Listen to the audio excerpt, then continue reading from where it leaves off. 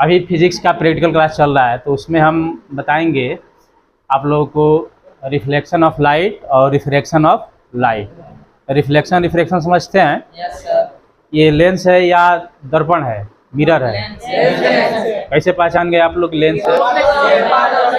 हाँ, ट्रांसपेरेंट है, पारदर्शी है, तो क्या हो गया ये लेंस। और ये मिरर। इसको कैसे पहचान गए? अच्छा ये बताओ, जब आँख खराब होता है तो उसमें ये लगता है कि ये लगता है?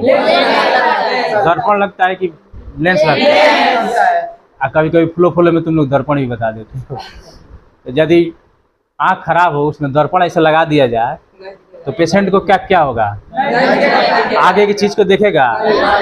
लेकिन हम फ्लो में कभी कभी पूछ देते हैं खड़ा करा के, तो तुम लोग ऑप्शन नहीं रहता है उसमें, हम थोड़ा घुमा के पूछते हैं तो बता देते हो कि दर्पण लग जाता है।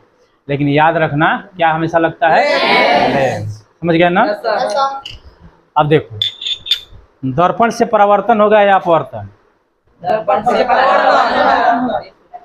देखो ये टॉर्च है, इसके तरफ एक तरफ कलई किया हुआ है, एक तरफ कलई नहीं, एक तरफ कलई किया हुआ। अब इसको हम ऐसे फोकस करते हैं तो इसके साइड आ रहा है कि नहीं? नहीं आ रहा है, टकरा के जा रहा है। जिस दिशा में हम कर रहे हैं उसी दिशा में जा रहा है। आज तो इस घटना को क्या कहेंगे? प्रकाश का परावर्तन कहेंगे। हम जैसे उधर ही सतह पे लौट गई, जिधर से आई उधर ही लौट गई। देख रहे हो ना, इधर नहीं ना आ रहा है। अगर इधर आ जाता तो क्या होता? अपवर्तन। इधर नहीं आ रहा है, लौट जा रहा है। इस घटना क्या, ये क्या था? ये क्या है?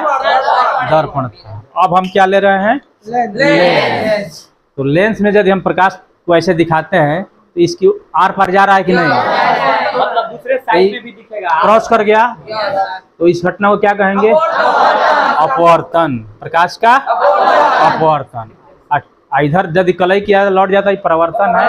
और उसके बाद यदि इसको हम ऐसे कर रहे हैं, प्रकाश इस पर फोकस कर रहे हैं तो दूसरी तरफ चला जा रहा है, इस घटना को हम क्या कहेंगे? प्रकाश का अपवर्तन कहेंगे।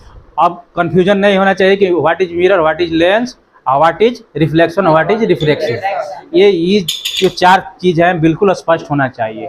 कभी परावर्तन अपवर्तन में कंफ्यूज हो जाता है, कभी लेंस और दर्पण में कंफ्यूज जाता है। इससे समझ गए ना? इसमें कंफ्यूजन नहीं होना चाहिए कि कौन दर्पण है कौन लेंस है। अब समझ गए? चलिए।